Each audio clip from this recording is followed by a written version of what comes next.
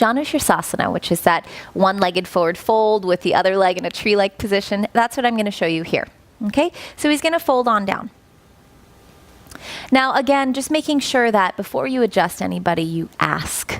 You ask if they have any injuries, because you don't want to adjust someone with an injury, or at least if you do, you want to be really careful about it. Okay, so no injuries. I already know he doesn't have any.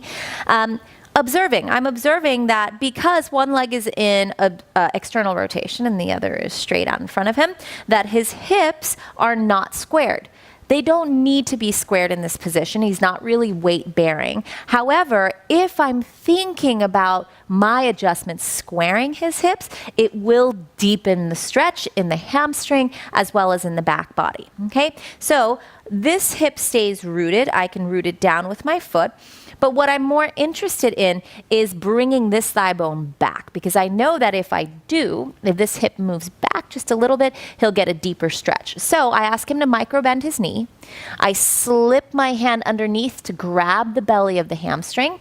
Okay, then he can relax the knee back down onto my hand.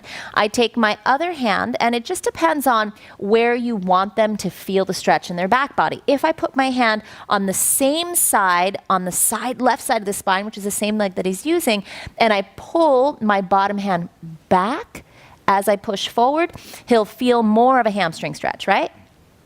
If I tell him to lift his left ribs up and twist his forehead to the outside of the leg, then I'll put my hand on the other side and he might get a little more of a low back stretch. Okay, but either way, the bottom hand is pulling back to try to square the hips, and the top hand is guiding forward.